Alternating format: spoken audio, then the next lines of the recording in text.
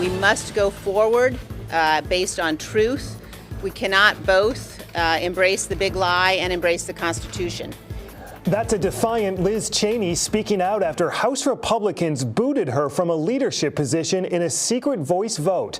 The Wyoming Congresswoman crossed former President Trump first by voting to impeach him and then by continuing to criticize him for his lie that the election was stolen from him. All 5 of Wisconsin's Republican House members supported ousting Cheney. Now a group of more traditional Republicans want an alternative to what they are seeing in today's GOP. They announced this past week a new coalition inside the Republican Party that will call for better and more principled leadership and truth-telling. Former Green Bay area Congressman Reed Ribble is among them. He joins us now on Upfront. Congressman, welcome back. Good to see you. Matt, it's good to be with you. Thank you. Let's begin with what happened in the House this past week. All 5 Wisconsin Republicans told me they supported getting Liz Cheney out of leadership. As a Republican and a former congressman, curious what you saw from the outside looking in. Well, you have to understand the role, and this is kind of inside baseball stuff, Matt. The role that Liz Cheney had in the Republican conference was one of a communicator. She was the lead communications person for those 200 members of Congress. And what these members were saying is, we want you to stop relitigating the past and start talking about our plans for the future. And she didn't seem willing to do that. And so they said, we need to have somebody else to do this communication as we get ready for a midterm election, which should be poised for Republicans to win if history is any indicator. Let's talk about this new letter and this new group. It's called A Call for American Renewal, signed by more than 100 former Republican officials. Give me the premise of this and what led up to this moment. Yeah, I think we watched what happened after the election, and we need to go back 48 months. Because 4 years ago, the American people gave the keys to government in its entirety to Republicans. In White House, Senate, and House.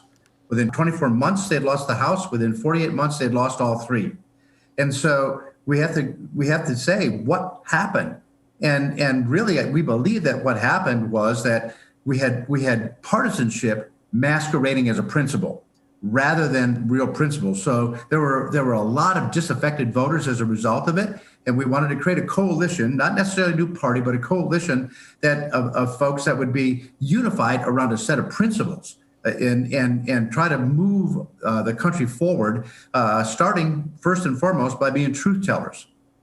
Reading between the lines, you say you don't necessarily want to form a new party, but is this a threat to potentially begin a third party if the Republican Party doesn't break with Donald Trump?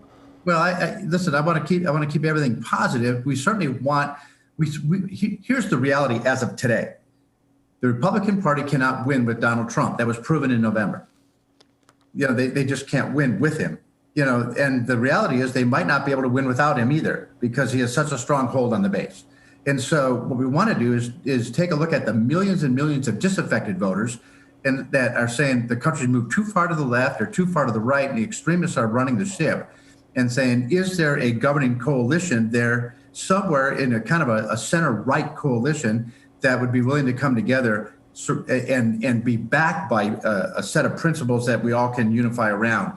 And this is going to be a long play. It's going to take time. It may not be this midterm or even the next presidential election, but over the next decade, we might be able to reshape what conservative politics looks like in this country. Do you anticipate anyone like Liz Cheney would sign on to this, or any current members of Congress? Oh, I think eventually, sure. I mean, but we're not necessarily looking for current members to sign on to this. We're basically looking for regular American citizens, because that's really where the power resides in our system of government, to embrace kind of what's going on and say, you don't have to feel disconnected. You don't have to feel left out. You can rally behind this new idea. And it's really just an old idea. It's a return to founding principles where our country started. Have you talked to any members of the current Wisconsin Republican delegation, like Senator Johnson, for example, and what would they think of this? I think they'd be unsettled by it for sure. I'm not talking to Ron about it. We have occasion to talk, and I speak frequently with Congressman Gallagher, but we haven't spoken about this necessarily, because I don't necessarily think I don't need their permission or opinions to move ahead. But I do think that at some point there has to be an audit of what happened in November, and Republicans actually have to say, well, maybe we should have had a platform that went beyond populism. Maybe we should have had some ideals and principles and a governing policy going forward that went beyond Trumpism. But they didn't do that. It doesn't seem that they're going to do it yet. But if they sense that they're going to continue to shrink, they'll have to. In reaction to the news of this letter, a spokesperson for former President Trump said, and I want to get your reaction to this, he said, "These losers left the Republican Party when they voted for Joe Biden." I didn't vote for Joe Biden, but nice for him to feel that way. This is part of the problem, isn't it? The reaction is the first thing right out of the box, these losers. This is the problem. We've so destroyed civil discourse in this country where people with different opinions no longer speak respectfully to each other. And we hope to change that paradigm. I'm not interested in getting into a debate about those types of things. I'm interested in looking forward. I'm not interested in blasting President Trump or those that support him. I'm just saying, here's what we believe will create a victory in 2022 and in 2024 and going forward. Reed, it was almost probably a decade ago at this point that you and I, when you were a congressman, were talking about your involvement in the No Labels Coalition, the Problem Solvers Caucus that you helped form. Could Reed Ribble win today as a Republican in Wisconsin? Yeah, I think so. I think typical voters are still looking for somebody who's sincere, who's genuine, who will tell them the truth. And then, listen, voters don't necessarily even feel like they have to agree with you 100% of the time. They just want to feel that you're a decent human being and a decent person. And none of those things about my character and who I am have changed. So, yeah, I think so. I don't discount voters' intelligence. They would see it for what it is. Former Republican Congressman Reed Ribble. Reed, good to see you. Thank you for your time today. Good to be with you, Matt. It's good to see you again. State lawmakers want changes on the fire and police commissions in Madison and Milwaukee. Next, I'll ask Mayor Tom Barrett whether those changes have a chance.